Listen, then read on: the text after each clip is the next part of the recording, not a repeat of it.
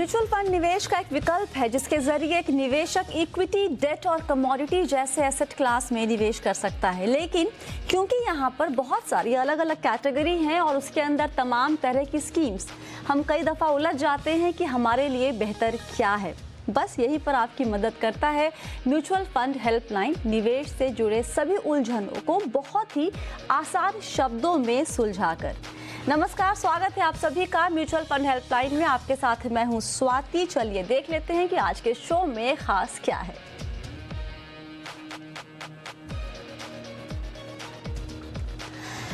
Corona काल में अगर आमदनी कम हो गई है तो क्या एसआईपी को रोकना इस वक्त बेहतर होगा?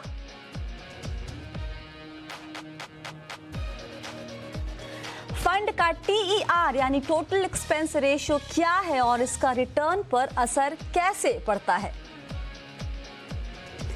क्या भारत बॉन्ड FOF में मिल सकता है 9% का रिटर्न?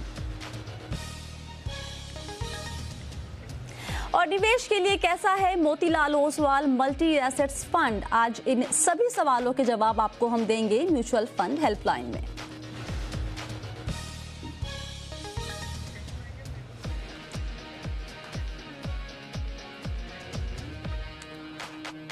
और आज सवालों के जवाब देने के लिए हमारे साथ हैं सर्टिफाइड फाइनेंशियल प्लानर कीर्तन शाह। कीर्तन, स्वागत है आपका जी बिजनेस पे। Thank you so much Swati.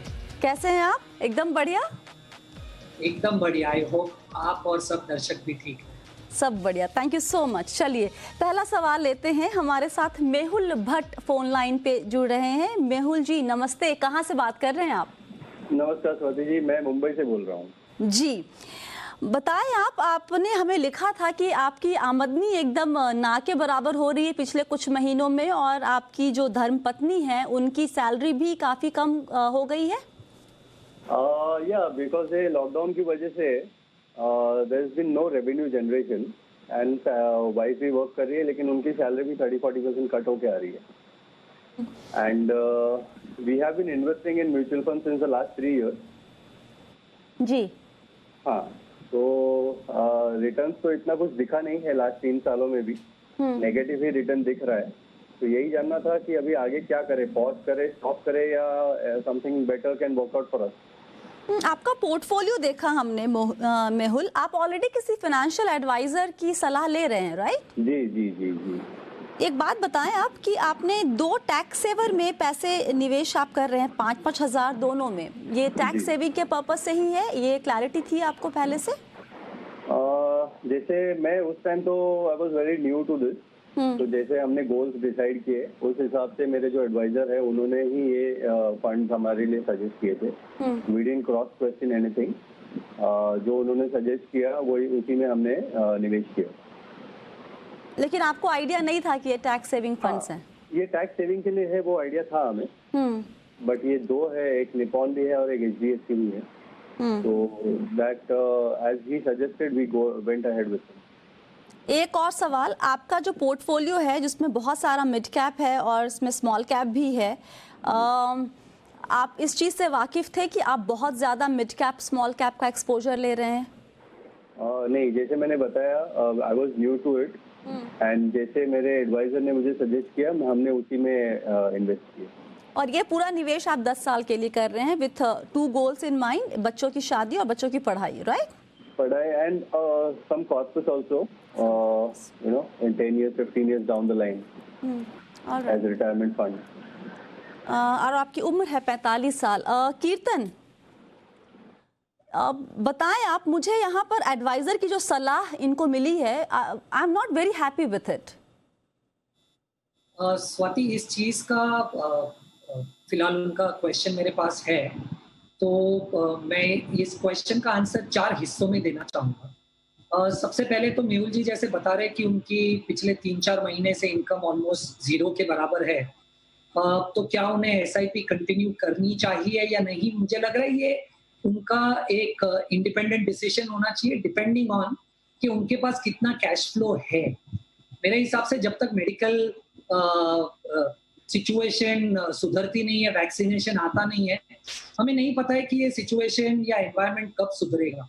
मेरे हिसाब से ये 3 महीना और पकड़ के चल सकते हैं कि एटलीस्ट नॉर्मल सी वापस नहीं आने वाली। तो अगर उनके पास कंटिंजेंसी में अगले 3 महीने तक का घर का खर्चा और एसआईपी के लिए पैसा है तो उन्हें कंटिन्यू करना चाहिए। पर अगर उनके पास ऑलरेडी 3-4 महीने की कंटिंजेंसी यूज हो गई होगी, ऐसा मैं मान रहा हूँ, और आगे के 3-4 महीने के लिए अगर वो प्रिपेयर्ड नहीं है तो उनको 3-4 महीने के लिए पॉज कर देना चाहिए। क्योंकि देखिए, एसआईपी से ज्यादा जरूरी है आपका पीस ऑफ माइंड। आपको ये ध्यान में रखना है कि ऐसा ना हो कि अगले 3-4 महीने तक आप कंसिस्टेंटली पैसा ना कमा पाए और घर का खर्चा चलाने के लिए आपको सेविंग्स में डिपेंड करना पड़े। तो ये पहली मेरी सलाह होगी उनसे। दूसरी जो उन्होंने क्वेश्चन में लिखा था, आई थिंक बहुत इंपॉर्टेंट है उनके नजरिए से। उनके पास टर्म इंश्योरेंस बड़ा कम है, तो उन्हें और उनकी वाइफ, क्योंकि उनके ऊपर भी फाइनेंशियली फैमिली डिपेंडेंट है, दोनों को टर्म इंश्योरेंस डेफिनेटली लेना चाहिए और मेहुल जी को अपना टर्म इंश्योरेंस बढ़ाना चाहिए। तीसरी, स्वाति, जैसे आपने भी आइडेंटिफाई किया, आई थिंक मुझे नहीं पता कि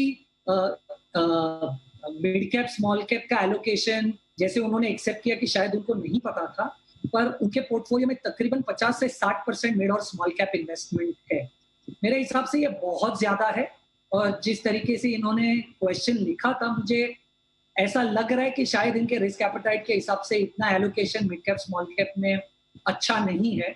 तो एक बहुत क्विक सजेशन ये देना चाहूंगा कि वो अपने पोर्टफोलियो में डीएसपी मिड कैप और कोटक स्टैंडर्ड मल्टी कैप को कंटिन्यू करें, पर बाकी जो फंड्स हैं उनके रिप्लेसमेंट में मेरे हिसाब से ये 3 नए फंड्स में निवेश कर सकते हैं। मेरा tax saver, Axis long term equity fund और एसबीआई फोकस्ड। तो इससे मुझे ऐसा लग रहा है कि इनका पोर्टफोलियो थोड़ा सा बैलेंस हो जाएगा और लार्ज कैप की तरफ टिल्ट हो जाएगा। फिर भी इसमें हल्का सा मिड कैप, हल्का सा फ्लेवर जरूर रहेगा, पर रिस्क एपेटाइट के हिसाब से मुझे ऐसा लग रहा है कि ये पोर्टफोलियो उनके लिए काफी बेटर होगा। और हमने, क्योंकि वो ईएलएसएस में भी निवेश कर रहे हैं, वो भी ध्यान में रखकर ही ये कॉम्पोजिशन सजेस्ट की। मेहुल, आपको आवाज आ रही है हमारी? या मुझे आपकी आवाज आ रही है, लेकिन कीर्तन जिनकी आवाज काफी ब्रेक हो रही थी। अच्छा, कोई नहीं, आप इसको हम रिपीट करेंगे या फिर हम YouTube पे डालेंगे इसे, तो आप वहाँ पर भी सुन सकते हैं दोबारा।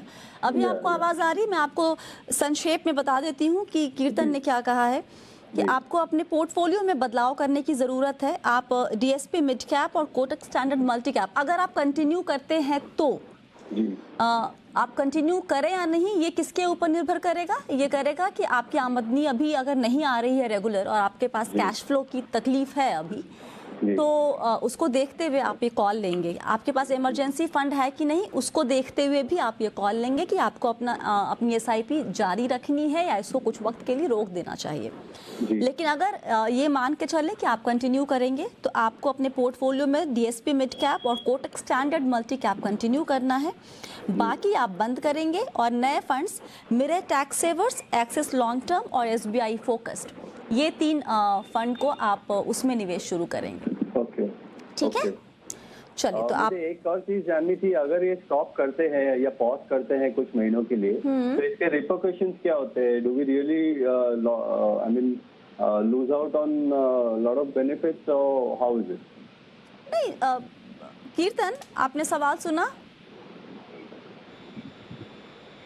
तो मेहुल जी, इसमें एसआईपी पॉज करने के रेपरकशंस में फाइनेंशियली इमीडिएटली तो आपको कोई ज्यादा एग्जिट लोड या पेनल्टी वगैरह कुछ नहीं भरनी पड़ेगी। सिर्फ ये चीज है कि शायद अगर आप 3 एसआईपी नहीं करेंगे तो 3 एसआईपी का जो कंपाउंडिंग इफेक्ट आपको 10 साल बाद मिल सकता था, वो शायद ना मिल पाए।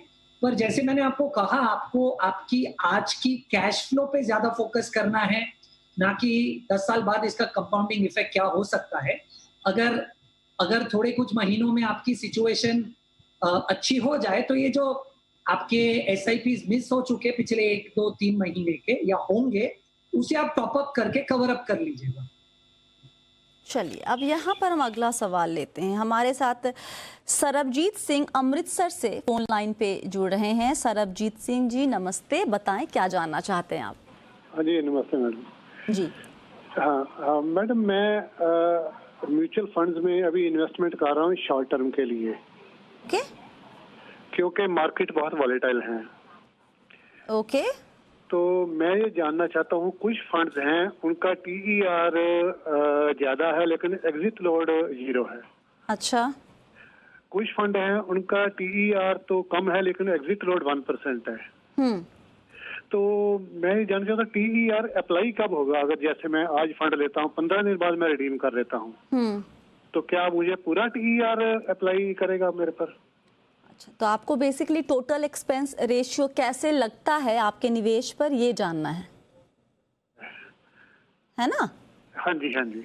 अच्छा, दूसरी चीज़ आपने बड़ी इंटरेस्टिंग बात कही कि बाजार बहुत वोलाटाइल है, इसलिए आप शॉर्ट टर्म के लिए म्यूचुअल फंड में निवेश कर रहे हैं जी। ये स्ट्रैटेजी थोड़ा सा 1 या 2 लाइन में समझा पाएंगे क्या हमें? ऐसा है मैडम कि आई ट्रैक ग्लोबल मार्केट्स। तो अभी जो मार्च के बाद बहुत ज्यादा मार्केट बढ़ गई है। तो अब इस समय मैं शॉर्ट टर्म के लिए इसलिए लगा रहा हूँ कि जब मार्केट दोबारा नीचे आए तो मैं तब और लगाना चाहूंगा। अच्छा, और आप इक्विटी फंड की बात कर रहे हैं, करेक्ट? जी, इक्विटी फंड। जी जी। कीर्तन, यस। हम इनके सवाल के जवाब देंगे, लेकिन पहले वो टोटल एक्सपेंस रेशियो का जो पूरा सिस्टम कैसे ये काम करता है, अगर आप ये समझा सके क्विकली। तो सरबजीत सिंह जी, ये आइडियली टोटल एक्सपेंस रेशियो अगर आप ऐसे मान के चलिए कि पूरे साल इन्वेस्टेड रहेंगे तो जितना टोटल एक्सपेंस रेशियो है फंड का उतना आपको भरना पड़ेगा। तो अगर 2 फंड है, एक फंड में 2.5% टोटल एक्सपेंस रेशियो और दूसरे में 50 पैसा टोटल एक्सपेंस रेशियो है, तो ऐसा मान के चलिए अगर आप पूरा साल इन्वेस्टेड रहेंगे तो उतना आपको टोटल एक्सपेंस रेशियो फंड में भरना पड़ेगा। अब अगर मान लीजिए आप 3 महीने के लिए इन्वेस्टेड है तो उतना प्रोपोर्शनेटली आपको एक्सपेंस रेशियो लगेगा आपके फंड पे। अब स्वाति, अगर मैं उनका दूसरा क्वेश्चन ले लूं, तो सबसे पहले तो सरबजीत सिंह जी, मेरी आपसे सिंसियर रिक्वेस्ट ये होगी कि आप अगर इक्विटी मार्केट्स में फुल टाइम नहीं है तो थोड़ा सा इसे टाइम करने की कोशिश ना कीजिए। इक्विटी मार्केट में अगर आप इन्वेस्टमेंट करने आ रहे हैं, निवेश करने आ रहे हैं, तो एटलीस्ट 5 साल का एक होराइजन लेके आइए। और अगर आपको शॉर्ट टर्म के लिए निवेश करना है तो डेफिनेटली इक्विटी में शॉर्ट टर्म के लिए निवेश मत कीजिए। तो अगर जैसे आपने क्वेश्चन पूछा था कि आप 1 साल के लिए, 1 साल के नजरिए से इन्वेस्ट करने की कोशिश कर रहे हैं, मैं आपको सलाह देना चाहूंगा कि आप इक्विटी फंड्स में निवेश ना करके प्रॉबेबली कोई डेट फंड में या आर्बिट्राज फंड में पैसा पार्क कीजिए। और जब भी आपको लगता है कि मार्केट गिर चुका है और आपके लेवल्स पे आ चुका है, जिस लेवल पे आप खरीदना चाहेंगे, उस लेवल पे आप आर्बिट्राज फंड से या डेट फंड से पैसा निकालकर इक्विटी फंड्स में निवेश कर दीजिए। सरबजीत सिंह जी। जी मैडम। जवाब से सेटिस्फाइड है? समझ में आ गई बात? हाँ जी, हाँ जी, बिल्कुल ठीक है। उन्होंने बता दिया कि प्रोपोर्शनेटली TER लगेगा। हाँ, लेकिन की पॉइंट ये है कि आप 1 साल से कम के लिए जो निवेश करने की सोच रहे हैं इक्विटी फंड में, वो स्ट्रैटेजी थोड़ी नहीं, बहुत ज्यादा रिस्क ले रहे हैं आप। आप उस पर थोड़ा सा वक्त दीजिए, समझिए उसको कि आप ऐसा क्यों कर रहे हैं और उसमें आपको कितना नुकसान हो सकता है। ठीक है जी जी। अगला सवाल लेते हैं। हमारे साथ जुड़ रहे हैं फोन लाइन पे हमारे अगले दर्शक अनिकेत घटके। अनिकेत जी नमस्ते, कहाँ से बात कर रहे हैं आप? हेलो मैम, मैं कोल्हापुर से बात कर रहा हूँ जी। और मुझे इन्वेस्टमेंट, मतलब मैं भारत बॉन्ड FF डायरेक्ट में इन्वेस्टमेंट करना चाहता था, मतलब 1500 मंथली SIP। अच्छा। और मुझे मतलब इसमें कितने रिटर्न्स की एक्सपेक्टेशंस रखनी चाहिए? मतलब मिनिमम 9% मिलेंगे रिटर्न्स, या फिर कोई और कोई कंसीडर कर लूँ जिससे मतलब सेफ भी रहे और कम से कम 5 इयर्स में इतने रिटर्न्स भी मिले? 9% FO भारत बॉन्ड में? हाँ। तो आपकी प्रायोरिटी, आपका जो टाइम फ्रेम है वो 5 साल का है, राइट? हाँ, राइट। और आप 9% और आप सुरक्षित निवेश का विकल्प ढूंढ रहे हैं, सेफ सिक्योर निवेश चाहिए आपको? हाँ मैम, सेफ मतलब मेन प्रायोरिटी है। मेन प्रायोरिटी है, ओके। और 9% का रिटर्न, ये 3 चीज। कीर्तन। स्वाति, थोड़ा सा मुझे एक्सपेक्टेशन ज्यादा लग रहा है। आई थिंक आज के समय में सेफ इन्वेस्टमेंट होराइजन और 9% शायद एक मिसमैच है। देखिए, भारत बॉन्ड में आज अगर आप देखें, जो बॉन्ड 2025 में मैच्योर होने वाला है, उसका YTM यील्ड टू मैच्योरिटी रफली 5.7% है।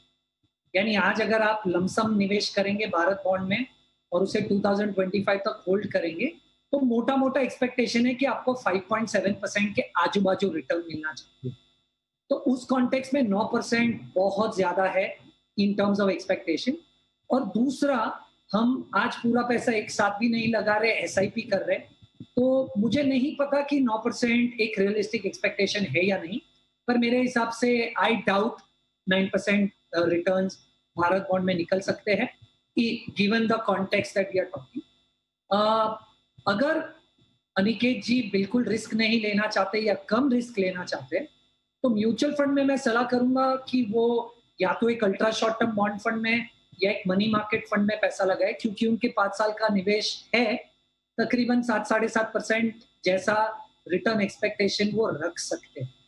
तो या तो उन्हें 7-7.5% रिटर्न पे मानना पड़ेगा, या क्योंकि उनके पास 5 साल का समय है वो और थोड़ा सा और रिस्क लेना चाहे, तो वो शायद बैलेंस फंड या मल्टी एसेट फंड्स में निवेश कर सकते हैं। पर उसमें अनिकेत जी आपको समझना पड़ेगा कि थोड़ा सा रिस्क बढ़ जाएगा और वो भारत बॉन्ड या डेट फंड जैसा इन्वेस्टमेंट नहीं होगा, रिस्क थोड़ा सा ज्यादा होगा। तो या तो आप बैलेंस फंड या मल्टी एसेट फंड जैसे फंड्स में निवेश कीजिए अगर 9% एक्सपेक्टेशन है, या फिर अगर रिस्क नहीं लेना चाहते तो मुझे लग रहा है आपको एक्सपेक्टेशन थोड़ी सी कम करनी पड़ेगी। अनिकेत जी? हाँ, मुझे मतलब आंसर मिल गया है, मतलब एक्सपेक्टेशन थोड़े ज्यादा है, अब सही है। एक्चुअली मेरा इक्विटी में इन्वेस्टेड है अभी, मतलब मैंने इक्विटी में इन्वेस्टमेंट किया है, अमाउंट, मिनिमम अमाउंट, तो उस पे भी मतलब मुझे अच्छे रिटर्न्स मिले हैं वहाँ पे अभी, मतलब शॉर्ट टाइम में। वाह, बहुत बढ़िया। तो ऐसे कोई मतलब अभी कोई वैसे म्यूचुअल फंड्स है जो मतलब अभी इन लॉन्ग टर्म, मतलब जो मिनिमम इतने इन्वेस्टमेंट 1000 पे कर सकता है, 1500। हाँ, वैसे बहुत सारे इन्वेस्टमेंट, बहुत सारी स्कीम्स हैं जहाँ पर आप 500 रुपये, 1000 रुपये आराम से वहाँ उतने से आप निवेश शुरू कर सकते हैं। और आप कम रिस्क लेना चाहते हैं तो कीर्तन ने बताया कि आप बैलेंस्ड फंड या फिर मल्टी एसेट्स फंड्स आप इनको देख सकते हैं। ठीक है, यहाँ पे इतनी सेफ्टी नहीं मिलेगी जितना आपको भारत बॉन्ड FOF में मिलेगा, लेकिन इक्विटी की तुलना में रिस्क यहाँ पर थोड़ा सा कम आपको मिलेगा। ठीक है, चलिए अगला सवाल लेते हैं। अभिषेक हमारे साथ जुड़ रहे हैं। अभिषेक जी नमस्ते, आप कोलकाता से बात कर रहे हैं? हेलो मैडम, मैं अभिषेक मल कोलकाता से बोल रहा हूँ जी, बताएं। मेरा सवाल है कि मुझे Motilal Oswal multi asset fund में इन्वेस्ट करना है, तो पोर्टफोलियो डाइवर्सिफिकेशन के हिसाब से ये फंड कैसा रहेगा? अभी आपके पोर्टफोलियो में और कितने फंड हैं अभी? वैसे मेरे पोर्टफोलियो में 6-7 फंड है, तो लार्ज कैप, लेकिन मेरा कोई भी इन्वेस्टमेंट गोल्ड में नहीं है। अच्छा, तो आपका सवाल बेसिकली ये है कि गोल्ड में क्या कमोडिटी में आप थोड़ा सा एक्सपोजर लेना चाहते हैं, तो उसके लिहाज से मोती में और इंटरनेशनल इक्विटी में, इंटरनेशनल इक्विटी और गोल्ड में एक्सपोजर लेना चाहते हैं, इसके लिहाज से Motilal Oswal multi asset fund कैसा रहेगा, राइट? हाँ जी। कीर्तन? अभिषेक जी, सबसे पहले तो मैं आपको ये सजेस्ट करूंगा कि अगर आप गोल्ड में निवेश करना चाहते हैं और आपके पास लेट्स से 5 से 8 साल तक का निवेश का समय है, तो I think sovereign gold funds एक बहुत अच्छा इन्वेस्टमेंट एवेन्यू है म्यूचुअल फंड्स में गोल्ड इन्वेस्टमेंट करने से, क्योंकि सॉवरेन गोल्ड फंड में तो आपको 2.5% गवर्नमेंट देगा, जबकि आपको गोल्ड म्यूचुअल फंड्स में आपको एक्सपेंस रेशियो पे करना पड़ेगा। तो अगर आप गोल्ड में निवेश करना चाहते हैं तो मैं सजेस्ट करूंगा सॉवरेन गोल्ड फंड्स में देखिए। पर क्योंकि आपकी एक्सपेक्टेशन इंटरनेशनल इक्विटी और गोल्ड को साथ में है, तो I think Motilal Oswal fund आप कंसिडर कर सकते हैं। देखिए, जनरली हम NFOs बिल्कुल सजेस्ट नहीं करते, क्योंकि बहुत सारे दूसरे फंड्स होते हैं जो सिमिलर थॉट प्रोसेस पे मार्केट्स में अवेलेबल होते हैं, पर मोतीलाल ओसवाल थोड़ा सा अलग है।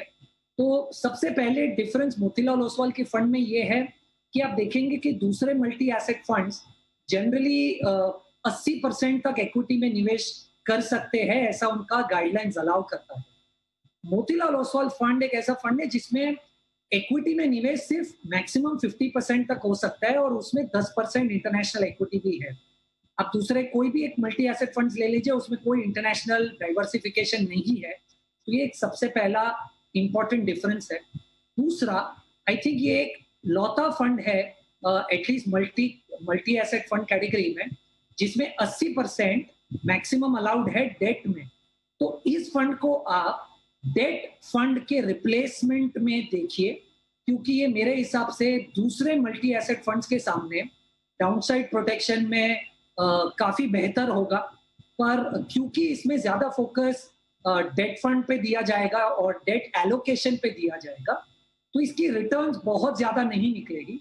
तो ये मुझे ऐसा लग रहा है कि अगर आप ये एक फिक्स डिपॉजिट के रिप्लेसमेंट में देख रहे हैं और आपको बैलेंस एडवांटेज फंड जितना रिस्क नहीं लेना और आपकी एक्सपेक्टेशन 8-9% जैसी है, तो आई थिंक ये एक ब्रिलियंट अपॉर्चुनिटी है इस फंड में निवेश करने। ओके, चलिए बहुत बहुत शुक्रिया कीर्तन आज सभी सवालों के जवाब देने के लिए। उम्मीद करते हैं कि सभी जितने भी सवाल आज दर्शकों ने पूछे हैं उनको क्लैरिटी मिल गई होगी उनके निवेश से जुड़ी हुई। बहुत बहुत शुक्रिया। और आज के लिए फ़िलहाल म्यूचुअल फंड हेल्पलाइन में इतना ही, लेकिन अगर आपके पास भी कोई सवाल है तो आप हमें ज़रूर लिखिए। कहाँ भेजना है सवाल, वो आपकी स्क्रीन पर व्हाट्सएप नंबर और ईमेल आईडी दोनों आपको हम दे रहे हैं, वहाँ पर लिखिए। और जब भी सवाल भेजते हैं तो प्लीज़ अपना नाम और नंबर, ये 2 चीज़ें ज़रूर लिखिए ताकि आपसे हम कांटेक्ट कर सकें। फिलहाल के लिए शो में इतना ही। आप सभी बने रहिए जी बिज़नेस के साथ। नमस्कार।